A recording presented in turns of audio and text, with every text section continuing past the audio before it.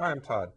As you've learned in previous sections, trigonometric identities are very useful in simplifying trigonometric expressions. In this section, you'll learn about the sum and difference identities. So let's begin by reviewing the objectives. You'll learn the sum and difference identities for cosine, other sum and difference identities. So the first sum difference identities we'll cover are the ones for cosine. We have the cosine of alpha plus beta equal the cosine of alpha times the cosine of beta minus the sine of alpha times the sine of beta. And we have the cosine of alpha minus beta equal the cosine of alpha times the cosine of beta plus the sine of alpha times the sine of beta. So let's see if we can use these identities in the following example. We're asked to verify the identity cosine of the quantity t minus pi over 2 equals sine of t. So as we've been doing when we verify identities, we'll start with one side, and I'll start with the cosine of t minus pi over 2. So what we can do is we can use the difference identity for cosine to rewrite this as cosine t times cosine pi over 2 plus sine t times the sine of pi over 2. Now, cosine of pi over 2 is 0, so we have cosine t times 0. Sine of pi over 2 is 1, so we have plus sine t times 1. Cosine t times 0 is 0. Sine t times 1 is 1, so we end up with sine t, and then we can see then that the cosine of the quantity t minus pi over 2 is equal to the sine of t. Now, we can also verify this identity graphically. And what we'll do is we'll enter each side of the equation into the calculator as y1 and y2 respectively. Okay, so in y1 we'll put cosine, and I have to use x here in place of t, cosine of x minus the quantity pi divided by 2. And then for y2 I'll put in the sine of x. Now, one feature that we can use on the calculator is an animation feature. So I just move the cursor all the way over to the left as far as it'll go, and when I press enter, I get different types of graphs. And this is the one I'm going to use. It'll trace the graph with the little ball. That way, since the graphs should coincide, we'll be able to see that one graph's actually being drawn right over the top of the other. Oops. And then what I want to do here also is use zoom trig. So if I use zoom 7, I'll get a nice window for this graph. And as we can see, the ball is tracing the graph exactly, and this verifies that the cosine of t minus pi over 2 equals sine of t is indeed an identity, since both sides must be the same. And we can also use these trigonometric identities, the sum difference identities, to find the exact value of the trig functions for angles other than the ones that we've been using up to this point. In this example, we're asked to find the exact value of cosine of 5 pi over 6. So what we can do is we can rewrite the quantity or the angle 5 pi over 6 as a sum. So if we write the cosine of 5 pi over 6 as the cosine of 3 pi over 6 plus 2 pi over 6, which simplifies to the cosine of pi over 2 plus pi over 3. Now we can apply the sum identity for cosine, and what we end up with is the cosine of pi over 2 times the cosine of pi over 3 minus the sine of pi over 2 times the sine of pi over 3. Now we know the cosine and sine for these two angles. The cosine of pi over 2 is 0. The cosine of pi over 3 is 1/2. The sine of pi over 2 is 1. And the sine of pi over 3 is root 3 over 2. So 0 times a half is 0, and we have 1 minus 1 times root 3 over 2, and that gives us negative root 3 over 2. And so we've just found that the cosine of 5 pi over 6 is exactly equal to negative root 3 over 2. Now in the past we've noticed that the cosine is equal to the sine shifted pi over 2 units. And there are some other properties, or there are similar properties for the other trig functions, so we can use this idea to come up with the following identities. We call these the cofunction identities for any angle theta. The sine of t is equal to the cosine of pi over 2 minus t, and the cosine of t is equal to the sine of pi over 2 minus t. The tangent of t is equal to the cotangent of pi over 2 minus t, and the cotangent is equal to the tangent of pi over 2 minus t. The secant of t is equal to the cosecant of pi over 2 minus t, and the cosecant of t is equal to the secant of pi over 2 minus t. Now the next identities that we'll look at are the sum and difference identities for sine. The sine of alpha plus beta is equal to the sine of alpha times the cosine of beta plus the cosine of alpha times the sine of beta. And the sine of alpha minus beta is equal to the sine of alpha times the cosine of beta minus the cosine of alpha times the sine of beta. So let's use these identities in the following example. Here we're asked to give graphical, numerical, and verbal support for the sine of theta plus pi equal the negative sine of theta, and then verify the identity symbolically. So what we're going to do first is give some graphical support. So we'll enter each side of the identity into the calculator as y1 and y2 respectively. We'll start with the sine, and again I'm going to use x in place of theta, so we'll have the sine of x plus pi as y1, and then we'll have the negative sine of theta, which is, again, I'm going to use x in place of theta. So we have negative sine x as y2. And I want to use this animation feature again. So I move the cursor all the way to the left, and I press enter until I get that icon. I use zoom trig to have an appropriate view screen. And there we see now the ball tracing the graph precisely. So this gives us graphical support that each side of this equation is creating or giving the same graph. So the equation must be true for all these values of x or theta. Now, the next thing we'll do is we'll look at some numerical evidence. And to do this, what we can use is use the table feature in the calculator. So if I press second graph, I get the following table. Now what you can see is for different values of x, we're getting different values of, we're getting the same values for y1 and y2. And I've also noticed that my calculator is in degree mode here, and we should be working in radians. So let me go to the table setup window. Actually, it's not in degrees. What's happening is under the table setup, this is left over from a previous example. And so what we can do is we can start at, say, pi. So we can start the table at pi, and we can use a delta table of something like pi divided by 12. And then if I go back to the table, now we can see for different x values, we're getting the same y1 and y2 values. And I can scroll down through these values if I like, and notice that for any value of x, I get the same value for y1 and y2. So this numerically is showing that both sides of this equation are giving the same values for various inputs of x. All right. Now we can also verbally support that this identity is true. And here's what we can do. If we go back and we just look at the graph of sine x plus pi,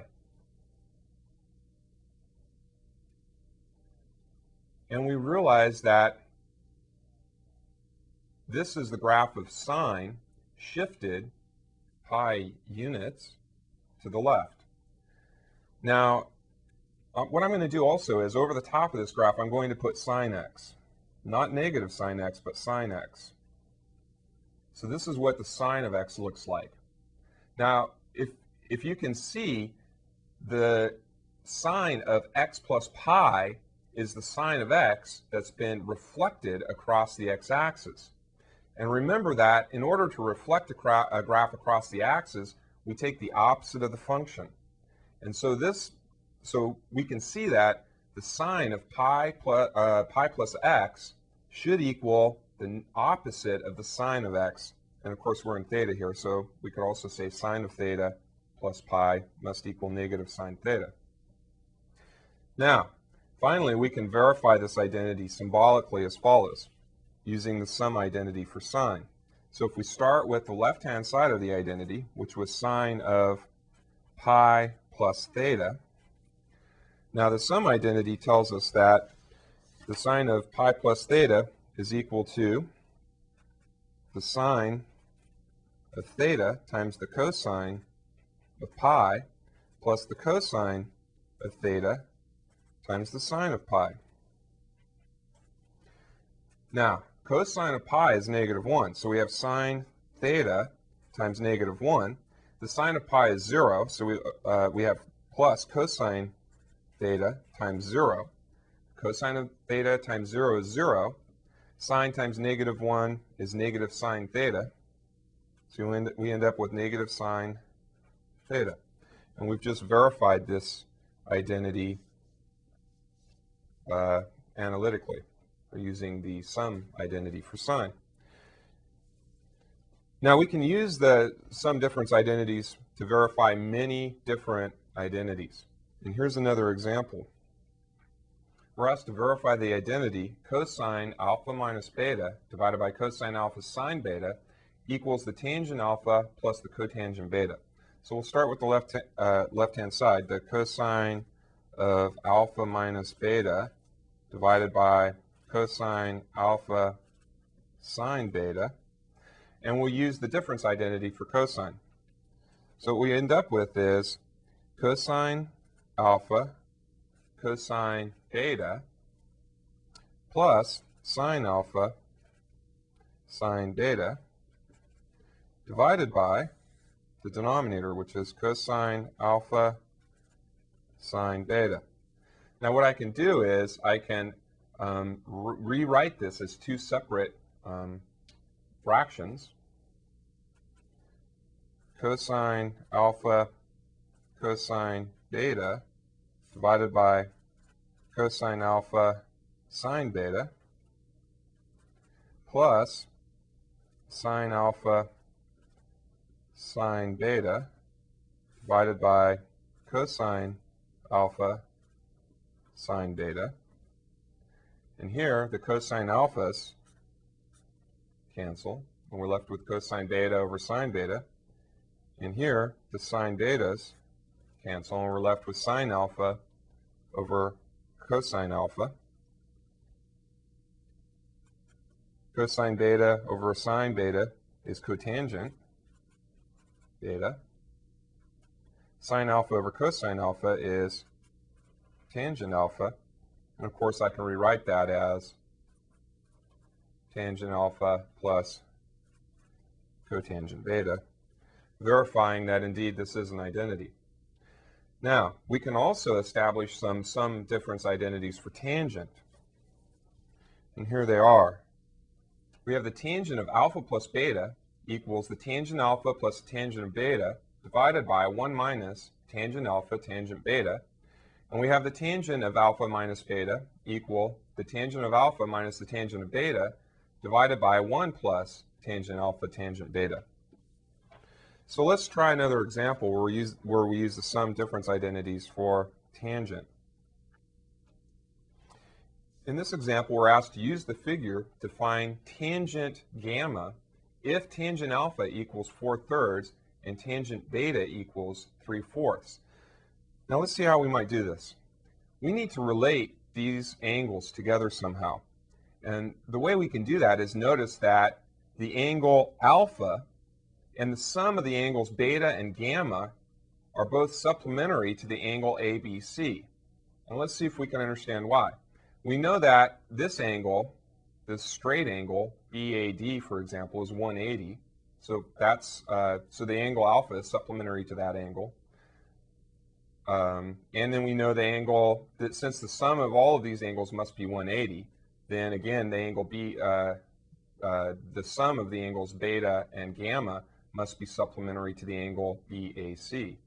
Now what that tells me is that beta plus gamma must equal alpha.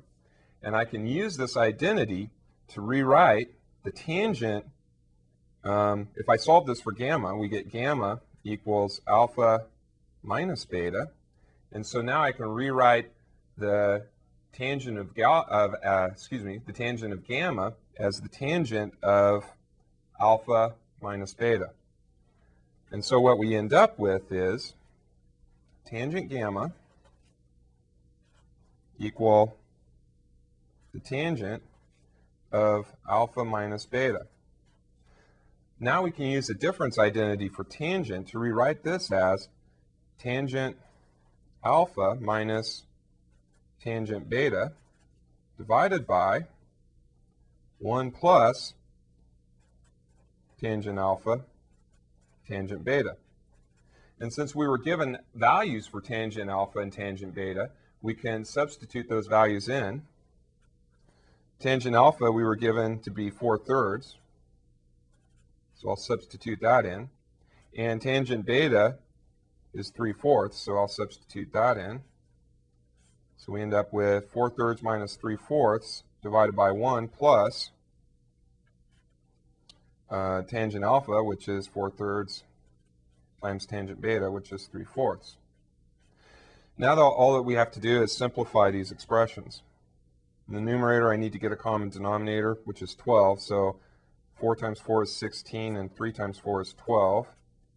And let's see, to get 12 in the denominator here, I need to multiply by a 3/3, so we get 9/12. And in the denominator, we have 1. 4/3 times 3/4 is 1, so we have 1 plus 1. And this is equal to 16 minus 9 is 7, so we have 7/12 divided by 2. And finally, if we simplify this fraction, we get 7/24. So what we found is the tangent of gamma is equal to 7/24. Okay, now it's your turn to try a problem. I'd like you to verify the identity cosine t minus pi over 4 equals √2/2 times the cosine of t plus the sine of t. So stop the tape and give this a try.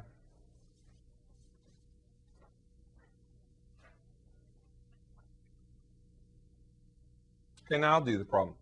What I'm going to do is use the difference identity for cosine. So I'll start on the left side. We have cosine t minus pi over 4,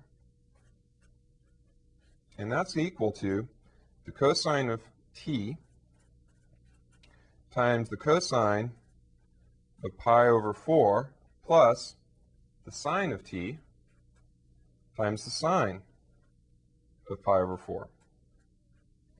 Now, the cosine of pi over 4 is √2/2, as is the sine of pi over 4.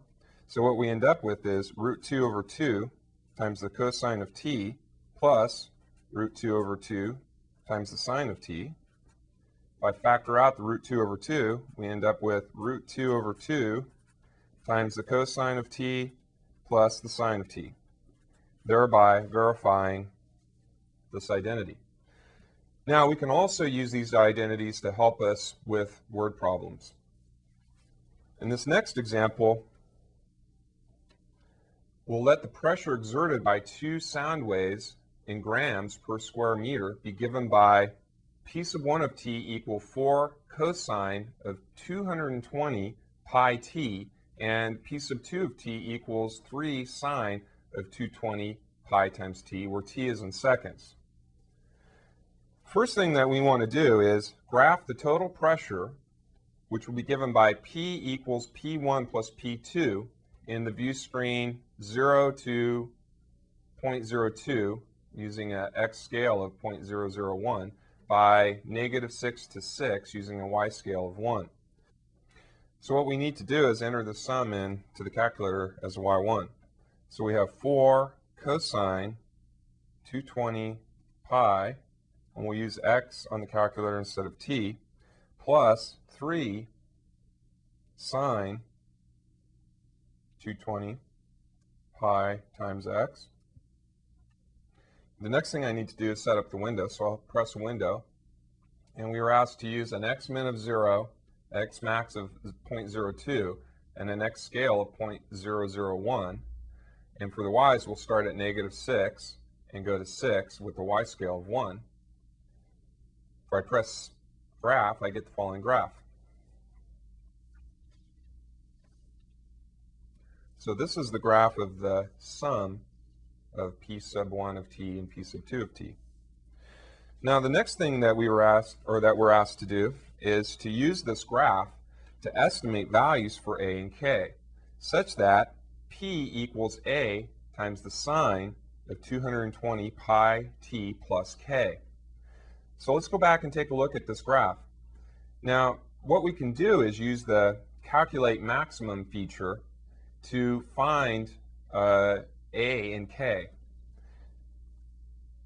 If I press second trace and select 4 for maximum, and what I want to do, my cursor's way over there, I want to find the top of the first peak. So I need to move my cursor all the way back to the left side of the first maximum back here. Okay, so right about there. As long as I know I'm certain that I'm to the left, I'll be fine. So I press enter. Now the right bound, I need to move it on the other side of that maximum. That should be fine. I'll press enter. And for a guess, I'll move it up close to where I think the max is. I press enter again. And the calculator is telling me that the maximum is at the point x equal 9.3114 times 10 to the -4th, and y is about 5. Now, what we can gather from this is that the amplitude of this sine wave is 5, and it's been shifted to the right. Now, the tricky part here is to figure out how much it's been shifted. And what we can do is we can think about the period of sine and think about how much less than a quarter period it's been shifted, if that makes sense. But first thing we'll do is we'll find the period. Now we know the period is equal to pi divided by b, and in this case b is 220 pi, so we have 2 pi divided by 220 pi, and that's equal to 1 over 110. Now it turns out that the amount that this has shifted is 110 times 4, I should say 1/4, a quarter, minus the x value of that maximum, which was 0.000938.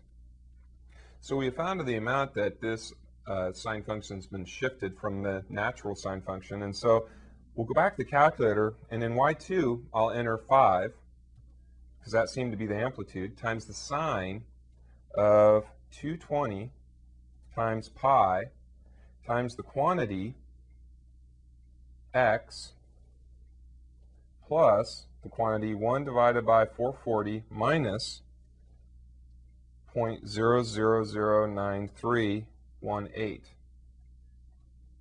Close the parentheses, and I'm going to animate this. So I'll move the cursor all the way over here to the left and press enter until I see the little ball. Okay, that should be fine. Now when I press graph, we see that the second function is tracing the graph precisely, which means this is giving us evidence that that must be equal to the sum. So what we can do is we can use this identity to actually find a value for k. We already found that the amplitude is 5, so we know a is equal to 5.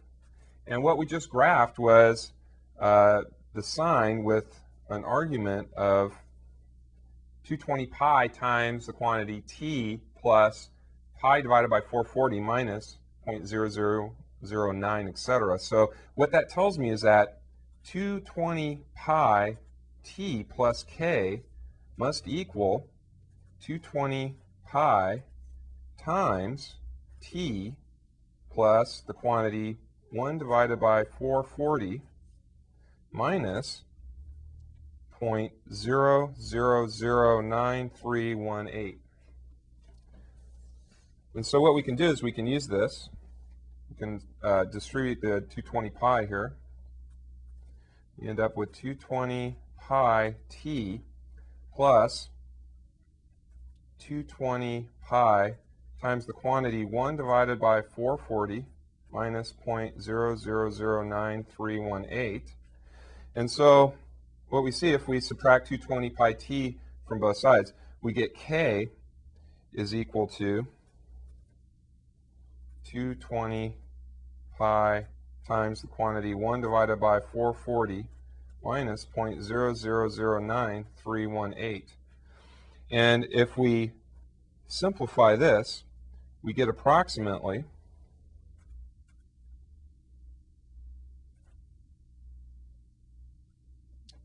0.9273. So this is our approximation for k.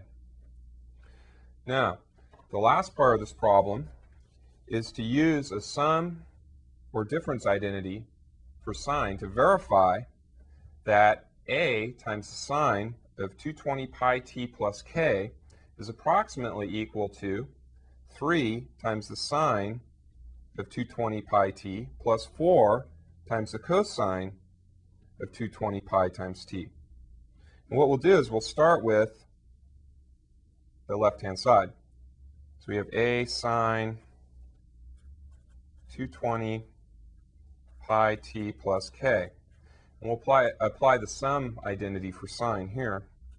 What we end up with is a times the sine of 220 pi t times the cosine of k plus the cosine of 220 pi t times the sine of k.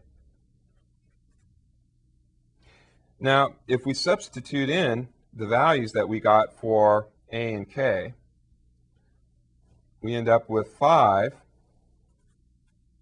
times the sine of 220 pi t times the cosine of 0.9272 plus, I'm going to run out of room, so I'll write it down here, plus the cosine of 220 pi t times the sine of 0.9272. Now, if I distribute this 5, I end up with 5 sine 220 pi t cosine 0.9272 plus 5 times the cosine. Oh, it looks like I made a mistake right there. That should have been 220. Cosine 220 pi t times the sine of 0.9272. Now, if we use our calculator to approximate 5 times the cosine of 0.9272, what we'll find is that's about 3. So this is equal to about 3 times the sine of 220 pi t. And if you take 5 times the sine of 0.9272, you'll find that that's about 4. So we end up with 4 times the cosine of 220 pi t. So what we see is that the sine of the a times the sine of 220 pi t k for the a and k values that we found is approximately equal to 3 times the sine of 220 pi t plus 4 times the cosine of 220 pi t. Now in this section you've learned about the sum and difference identities for all 6 of the trigonometric functions and some cofunction identities, among other things. These are very important identities in trigonometry, so be sure to do some examples out of your textbook and I'll see you next time.